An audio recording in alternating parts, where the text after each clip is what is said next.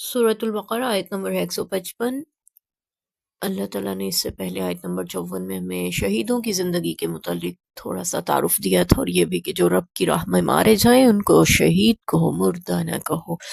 یعنی ان کے اعزاز میں مردہ کہنے سے روکا گیا۔ اور پھر ساتھ ہی اللہ نے ذکر فرمایا وَلَنَبْلُوَنَّكُمْ بِشَيْءٍ مِّنَ الْخَوْفِ وَالْجُوعِ، آیت نمبر 155 میں، اور ضرور ہم تمہیں آزمائیں گے کسی چیز کے ساتھ، خوف کے ساتھ، والجوع اور بھوک کے ساتھ، وَنَقْصٍ مِّنَ الْأَمْوَالِ وَالْأَنفُسِ وَالثَّمَرَاتِ، اور نقصان میں مالوں اور جانوں اور پھلوں کے نقصان کے ساتھ، وَبَشِّرِ الصَّابِرِينَ، اور صبر کرنے والوں کے لیے خوشخبری ہے۔ آیت نمبر 156 ساتھ ہی اسی کے مضمون بیان ہو رہا ہے الَّذِينَ إِذَا أَصَابَتْهُم مُّصِیبَۃٌ، وہ لوگ ہیں جب انہیں کوئی مصیبت پہنچتی ہے، مفہوم اس آیت کا، قَالُوا إِنَّا لِلَّهِ وَإِنَّا إِلَيْهِ راجعون، تو وہ کہتے ہیں بے شک یہ اللہ ہی کی طرف سے ہے، یہ اللہ ہی کے لیے ہے، اور ہم بھی اسی کی طرف لوٹ کر جانے والے ہیں۔ آیت نمبر 157 کا مضمون بھی اسی سے جڑا ہوا، اولئک علیہم صلوات من ربہم ورحمہ، یہی لوگ ہیں جن پر ان کے پروردگار کی مہربانی اور رحمت ہے، واولئک هم المہتدون، اور یہی لوگ ہدایت پر ہیں۔ ہمیں رب کبریا ہدایت یافتہ لوگوں کا تعارف کروا رہے ہیں ان 3 آیات مبارکہ میں۔ ہم شروع سے سورۃ الفاتحہ سے اپنے پروردگار سے التجا کرتے آ رہے ہیں، ہر نماز کی ہر رکعت میں، نفل نماز، فرض نماز، سنت نماز، اللہ صراط مستقیم دکھا، ہدایت کا راستہ دکھا، اس راہ پہ چلا جن پہ تیرا انعام ہوا، ان لوگوں کی راہ چلا، اور ان کی راہ نہ چلانا جن پہ تیرا غضب ہوا، جو گمراہ ہو گئے۔ یہاں پہ اللہ تعالیٰ نے ہمیں بتایا کہ اللہ تمہیں آزمائے گا کسی نہ کسی چیز کے ساتھ۔ خوف، کس چیز کا خوف ہو سکتا ہے؟ پہلے تو ہم نے پڑھا کہ اللہ کے جو مومن بندے ہیں انہیں خوف نہیں ہوگا، یہاں اللہ فرما رہے ہیں اللہ تمہیں آزمائے گا خوف کے ساتھ۔ وہ جو خوف نہیں ہوگا کا ذکر تھا وہ جنت میں ہے، وہاں پہ کوئی نعمت چھن جانے کا خوف نہیں ہوگا، وہاں پہ کوئی جو دنیا میں چھن چکی تھی نعمتیں ان کا غم بھی نہیں رہے گا، جو دنیا میں غم لگے ہوئے وہ سارے ختم کر دیے جائیں گے۔ یہ خوف دشمن کا بھی ہو سکتا ہے، جان کے جانے کے اندیشے کا بھی ہو سکتا ہے، اور ساتھ ہی بھوک کے ساتھ بھی آزمایا جائے۔ خوف اور بھوک دو بہت بڑی آزمائشیں ہیں، اللہ نے ان دو کے ذریعے آزمانے کا ذکر کیا۔ یہاں پہ صحابہ اکرام نے ان دو پہ مثالیں قائم کی ہوئی ہیں، اگر ہم ان کی سیرت پڑھیں، ایسی ایسی صحابہ اکرام کے عملی واقعات نظر آتے ہیں کہ کیسے کیسے خوف کے ساتھ انہوں نے زندگی بسر کی ہے، اس کے باوجود رب کی بندگی نہیں چھوڑی ہے۔ اللہ فرما رہی یہاں پہ بھی تمہیں بھی آزمایا جائے گا خوف کے ساتھ، دشمن کا خوف بھی ہو سکتا ہے، شر کا خوف بھی ہو سکتا ہے، فتنوں کا خوف بھی ہو سکتا ہے، گھریلو معاملات، معاشی زندگی کے حالات کے خراب ہونے کا خوف بھی ہو سکتا ہے، صحت کے گرنے کا خوف بھی ہو سکتا ہے، مقدمات کے سر پہ پڑ جانے کا خوف بھی ہو سکتا ہے، بے شمار خوف انسان کو گھیرے ہوئے ہو سکتے ہیں، ان سے تمہیں آزمایا جا سکتا ہے۔ بھوک کے ساتھ بھی تمہیں آزمایا جائے گا۔ ایک بھوک وہ ہے کہ جس کو ہم روزے میں برداشت کرتے ہیں، یہ بھی ہماری ایک آزمائش ہوتی ہے کہ کیا تم بھوکے پیاسے رہتے ہو اپنے رب کے لیے یا نہیں، یہ آزمائش بھی ہو سکتی ہے۔ اور دوسری آزمائش بھوک کے ساتھ یہ ہے کہ معاشی حالات اتنے تنگ ہو جائیں کہ کبھی کھانے کو مل رہا ہے، کبھی نہیں مل رہا، کبھی بھوکے رہنا پڑ رہا ہے، اور اسی طرح یہ بھی بھوک ہو سکتی ہے، خدا نخواستہ قحط سالی مسلط ہو سکتی ہے، خدا نخواستہ ایسے حالات آ سکتے ہیں ملک پہ، آپ کے علاقے پہ، آپ کے لوگوں پہ یا آپ پہ، کہ آپ کو بھوک سہنا پڑے۔ وَنَقْصٍ مِّنَ الْأَمْوَالِ وَالْأَنفُسِ وَالثَّمَرَاتِ، مال، جان اور پھلوں میں نقصان کے ساتھ بھی اللہ آزما سکتے ہیں۔ مال کا نقصان بھی ہو سکتا ہے، جانوں کا نقصان بھی ہو سکتا ہے۔ مال کے نقصان سے مراد فصلیں خراب ہو سکتی ہیں، آپ کے مال جو ہیں، آپ کی تجارت جو ہے وہ ڈوب سکتی ہے، خسارے میں بدل سکتی ہے، آپ کے اکاؤنٹ جو ہیں وہ فریز ہو سکتے ہیں، آپ جو ہیں وہ دیوالیہ ہو سکتے ہیں۔ جان کے ساتھ بھی، جان سے مراد یہ کہ بندہ مر بھی سکتا ہے، آپ کا کوئی اپنا، کوئی عزیز، کوئی قریبی، کوئی ایسا جس کے اوپر آپ ڈیپینڈنٹ ہوتے ہیں، جو آپ کے خرچے اٹھائے ہوئے ہیں، جو آپ کے قوام ہیں، ایسا کوئی شخص دنیا سے جا سکتا ہے۔ یہ جان کی آزمائش یہ بھی ہو سکتی ہے، جان کی آزمائش میں یہ بھی ہو سکتا ہے کہ آپ کے اوپر آپ کے ہاتھ پاؤں یا آنکھیں کان زبان کوئی بھی ایسی صلاحیت اللہ سلب کر لے، یہ بھی جان پہ آزمائش ہے۔ اور پھلوں سے مراد فصلیں ہو سکتی ہیں، آپ کے پھل ہونا کم ہو سکتے ہیں، یہ ساری چیزیں اس میں آ سکتی ہیں۔ اللہ فرما رہے ان سارے خوفوں میں سے کسی نہ کسی کے ساتھ تو تم آزمائے جاؤ گے۔ یہاں سے ہمیں یہ پتا چلا کہ اللہ تعالیٰ نے ہمیں آزمانا ہے۔ ہمیں لگتا ہے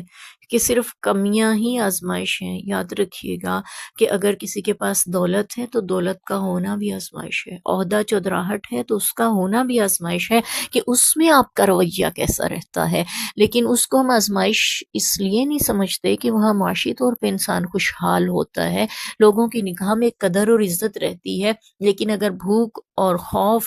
اور مالوں اور پھلوں کا اور جان کا نقصان ہو جائے تو انسان معاشرے میں ہی لوگوں کی نظر سے گر جاتا ہے، اپنا مقام اپنی حیثیت منوانے میں ناکام ہو کے کھڑا رہ جاتا ہے، اور یہ بہت بڑی آزمائش ہوتی ہے۔ لیکن اللہ نے یہاں پہ ذکر کیا وَبَشِّرِ الصَّابِرِينَ، ہم خوشخبری دیتے ہیں، مفہوم ہے اس آیت کا، صبر کرنے والوں کو۔ صبر کرنے والے، صبر کرنے والے کون ہیں؟ سب سے پہلا صبر کا درجہ کیا تھا؟ ہم پہلے پڑھ چکے ہیں، دین پہ استقامت اختیار کرنا۔ دین پہ استقامت جو اختیار کرے، ہر طرح کے حالات میں رب کی بندگی نہ چھوڑے، اس کے لیے خوشخبری ہے۔ اور مزید اللہ نے ان کی صفت بیان کی، الذین اذا اصابتهم مصیبہ، یہ وہ لوگ ہیں جب ان کو کوئی مصیبت پہنچتی نا، قالو، کہتے ہیں انا للہ، یہ اللہ ہی کے لیے ہے، وَإِنَّا إِلَيْهِ رَاجِعُونَ، اور اسی کی طرف ہم بھی لوٹ کے جانا ہے۔ کوئی دنیا سے رخصت ہوتا ہے ہم تب یہ الفاظ پڑھتے ہیں، یہ بھی اللہ ہی کی امانت تھی، اللہ ہی کے پاس لوٹ کی، ہمارا مال، ہماری جان، ہمارے دولت، ہماری عہدے، ہمارے چودراہٹیں، ہمارے ہر نعمت جو عطا ہوئی اللہ ہی کے لیے تو ہے، اللہ ہی کی عطا تو ہے، اسی کی دین ہے، اور اسی کے لیے ہم اس کو نبھا رہے ہیں، چلا رہے ہیں، اس کے ساتھ زندگی گزار رہے ہیں، اور اسی کی طرف ہمیں بھی لوٹ کر جانا ہے۔ جب کوئی جاتا ہے ہم اس بات کا اعادہ کرتے ہیں، یعنی یہ بات دہراتے ہیں کہ ہم نے بھی جانا ہے۔ ہمیں اپنی موت اس وقت یاد نہیں آ رہی ہوتی، خدا کرے یاد آ جایا کرے کہ ہم نے بھی جانا ہے۔ تو جو یہ کہتے ہیں انا للہ و انا الیہ راجعون، اللہ نے فرمایا ان پر صلوات ہے، صلوات، درود جس کو ہم کہتے ہیں، اللہ کی خاص رحمت و عنایت ہے، اور ساتھ ہی اللہ نے فرمایا اور رحمت بھی ہے ان کے رب کی طرف سے، اور یہی لوگ ہدایت پر ہیں۔ ہم نے حضرت ام سلمہ رضی اللہ عنہ کے بارے میں پڑھا تھا، نبی پاک صلی اللہ علیہ وسلم نے ان کو یہ دعا سکھائی تھی جب ان کے شوہر دنیا سے رخصت ہوئے تھے، ابو سلمہ رضی اللہ عنہ، تو آپ نے ان سے فرمایا تھا یہ پڑھا کرو، اللہم اجرنی فی مصیبتی واخلف لی خیرا منہا انا للہ و انا الیہ راجعون کے ساتھ، یعنی یہ دعا بھی پڑھا کرو، اللہ مجھے اس مصیبت پہ صبر عطا فرما اور مجھے اس سے بہتر بدلہ عطا فرما، کچھ ایسا مفہوم بنتا ہے اس دعا کا۔ تو حدیث پاک میں آتا ہے جب کسی کا کوئی عزیز قریبی، خاص طور پہ اولاد کے بارے میں آتا ہے، وہ چلا جائے دنیا سے، وہ انا للہ و انا الیہ راجعون کہتا ہے، تو اللہ تعالیٰ فرشتوں سے فرماتے ہیں میرے اس بندے کے لیے جنت میں ایک گھر بنا دو جس کا نام بیت الحمد رکھ دو، اور میں اس کے لیے ایک گھر دوں گا کیونکہ یہ صبر کر رہا ہے۔ اور صبر وہ ہوتا ہے جو مصیبت کے پہلے درجے پہ، پہلی سیڑھی پہ، پہلے وقت میں، اول وقت میں کیا جائے۔ جب ہم رو پیٹ لیتے ہیں، اگر گلے شکوے رب سے کر لیتے ہیں، جزا فضا کرنے کے بعد اگر کہتے ہیں کہ اب تو صبر ہی ہے، وہ صبر نہیں ہے۔ صبر صدمے کے اول وقت میں جو کیا جائے اسے صبر کہا جاتا ہے۔ ایک خاتون کے بارے میں آتا ہے قبر پہ بیٹھی رو رہی تھی، تو آپ نے فرمایا صبر کرو، اس نے وہ اللہ کے رسول کو پہچانتی نہ تھی، اس نے کہا کہ آپ کے ساتھ ایسا ہوا تو آپ کو پتا چلے نا، یعنی اس کا رونا وہ نہیں تھا جو شریعت میں جائز ہے، بلکہ اس کے الگ تھا، یعنی جزا فضا کے ساتھ یا بین وغیرہ کے ساتھ رو رہی تھی، تو آپ کو پہچانتی نہ تھی، اس لیے کہنے لگی آپ کے ساتھ ہوا تو پتہ چلے نا۔ تو بعد میں جب انہیں بتایا گیا کہ اللہ کے رسول تھے تو وہ پھر اٹھی وہاں سے، شرمندہ ہوئی، معذرتیں کرنے لگی، نبی پاک کے خدمت میں آ کے کہنے لگی اللہ کے رسول میں صبر کرتی ہوں۔ آپ نے فرمایا یہ صبر نہیں ہے، صبر تو وہ ہے جو صدمے کی پہلی سیڑھی پہ کیا جائے، حدیث کا مفہوم ہے۔ تو اس لیے صبر کرتے ہیں اور انا للہ و انا الیہ راجعون پڑھتے ہیں۔ اللہ نے فرمایا ان پر صلوات ہے، سلام ہے ان لوگوں کو۔ ہم اپنے لفظوں میں اس کو یہ کہہ سکتے ہیں، صلوات کا لفظی معنی نہیں ہے ہماری زبان میں، یعنی سلوٹ ہے ایسے لوگوں کو ان کے رب کی طرف سے، سلام ہے ایسے لوگوں کو ان کے رب کی طرف سے، اور رحمت ہے ان کے لیے، اور یہی لوگ ہدایت والے ہیں۔ یہاں سے ہمیں یہ بھی پتا چلا کہ یہ لوگ کوئی مصیبت، پریشانی، آفت، خوف، نقصان ہونے پہ یہ نہیں کہتے فلاں کی نظر ہمیں کھا گئی، فلاں نے دھوکہ دے دیا، فلاں کی وجہ سے بیماری آ گئی، فلاں کی نحوست ہم پہ چھا گئی، جب سے یہ ہمارے گھر میں بہو آئی اس کی نحوست چھا گئی، یہ بچہ جب سے پیدا ہوا اس کی وجہ سے مسئلے پیدا ہو گئے، جب سے فلاں خاتون ہمارے گھر میں آنے لگی تب سے ہمارے نقصان ہونے لگ گئے۔ تو ایسی باتیں نہیں کرتے، بلکہ وہ یہ کہتے ہیں اللہ ہی کے لیے ہے ہر کچھ ہمارا، اللہ ہی کی طرف سے آزمائش ہے اور اس کی طرف یہ ہمیں لوٹ کے جانا ہے۔ اللہ نے فرمایا رحمت ہے، صلوات ہے ایسے لوگوں پر۔ ویسے ہم صلوات اپنے حبیب صلی اللہ علیہ وسلم اور آل رسول پہ پڑھتے ہیں، صحابہ اکرام پہ پڑھتے ہیں۔ اللہ نے فرمایا میں ایسے بندوں پر صلوات بھیجتا ہوں جو صبر کرتے ہیں اور یہ کہتے ہیں مصیبت اللہ کی طرف سے آئی ہے، یہ پریشانی، یہ جو کچھ بھی ہمارے پیش آیا اور واپس اللہ نے لیا اللہ ہی کا تھا،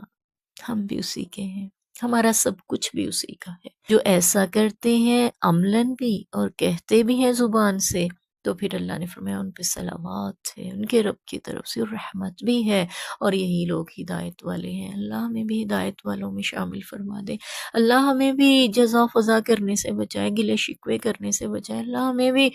اپنے ان برگزیدہ بندوں میں شامل فرمائے جو ہر بات پہ تیرا شکر ادا کرنے والے ہوں۔ اس کے بارے میں ایک مختصر سی بات بھی کہی جاتی ہے کہ کسی نے بغداد کے عالم سے کہا تھا نا کہ ہمارے پاس کچھ ہوتا ہے تو ہم شکر کرتے ہیں، نہیں ہوتا تو صبر کرتے ہیں، فرمانے لگے تو بغداد کے کتے بھی کرتے ہیں، ایسا تو بغداد کے کتے بھی کرتے ہیں کہ جب ان کے پاس ہوتا ہے شکر کرتے ہیں، نہیں ہوتا تو صبر کرتے ہیں۔ ان سے دریافت کیا کہ پھر آپ کیا کرتے ہیں؟ انہوں نے فرمایا تھا ہمارے پاس ہوتا ہے تو تقسیم کر دیتے ہیں اور نہیں ہوتا تو شکر کرتے ہیں۔ کمال درجہ ہے شکر گزاری کا اور اللہ کی عنایات کو سمجھنے کا۔ اللہ تعالی ہمیں توفیق دے کہ ہم بھی صلوات پانے والے اور رحمتیں سمیٹنے والے ہدایت یافتہ لوگوں میں شامل ہوں، آمین۔